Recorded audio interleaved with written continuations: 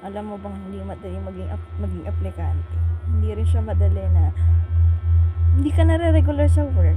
Ako napapaisip ako na bakit hindi ako nare-regular? Tapos pinag-rest day pa ako nung Saturday. Ang daming nangyayari ngayon pero kailangan kong lumaban, kailangan kong kumain, kailangan kong ayusin yung sarili ko kasi gusto kong matulungan yung pamilya ko.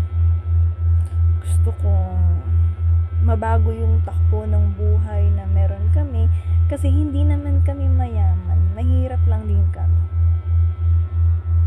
May mga bagay kasi na pagdadaanan mo yung sobrang hirap pero kailangan mong lumaban.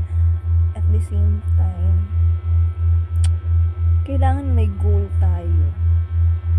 Kailangan alam natin yung tinatahak nating trabaho, mundo, or yung kung sitwasyon. Ang gulo lang minsan kahit anong focus mo, kahit gusto mo maging productive everyday, pumasok everyday, parang darating ka sa point of tinatamad ka kasi pinag-rest day ako ng Saturday, tapos tinuloy-tuloy ko na siya hanggang ngayon Sunday. Kahagahapon, umiiyak ako, nagmumukmuk ako, hindi ako makakain ng maayos, nasa cellphone ako, hindi ako naliligo, hindi ko rin nilalaban yung mga damit ko. Alam mo yung ganong pakiramdam? Normal ba yun? Ang lungkot sa part ko, sobra. Kung alam mo lang, hindi ko nga alam kung magbabago pa yung takbo ng buhay ko.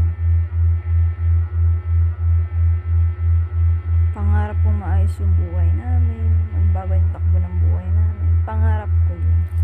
Pangarap kong i-build yung confidence ko to find better opportunity. Kasi aplikante ako. Naghahanap ako ng marangal na hanap buhay, hard-earned money ba? Pero mahirap to face the reality, the people, yung mamimit mong bagong tao minsan. Ganun ba talaga yung buhay ko? Hindi ko man lang naranasang ma-regular sa trabaho. Kagabi, kahapon, I was already frustrated because pinag-rest day ako ng Saturday nasa mall ako, Alam ko kasi, pag nasa mall ka, bawal ka mag-rest day pag Friday, Saturday. Kasi yun yung mataong araw. Monday to Thursday, pwede ka mag-day off. Pero nung pinag-rest day ako ng Saturday, tinuloy-tuloy ko na siya. Maghahanap na ba ako ng trabaho? Anong racket hahanapin ko? Nakakalungkot sa totoo lang. Sobrang hindi ako makakain ng maayos kanina, kahit kahapon. Naiiyak din ako, pero wala akong choice. Kailangan kasi tulungan ko yung sarili ko. Ako lang din yung makakatulong sa sarili ko. Alam mo yun? I'm trying to fix myself.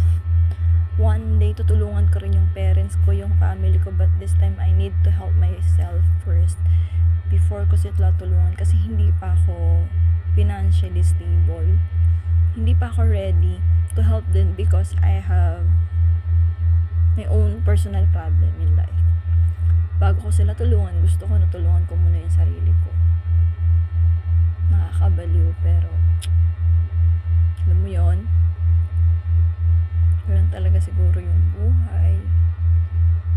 Pagdadaan ka sa hirap, sa nakakabaliw, pero kailangan mong lumaban. Trabaho, pera, ang totoong nakaka-survive sa sitwasyon natin. Gusto ko mag-ipon, alam mo yun, gusto ko magpa-renovate yung bahay namin. Gusto ko to change my life. Alam ni Lord yun and I'm praying for a better decisions na gagawin ko sa buhay. Lord, thank you.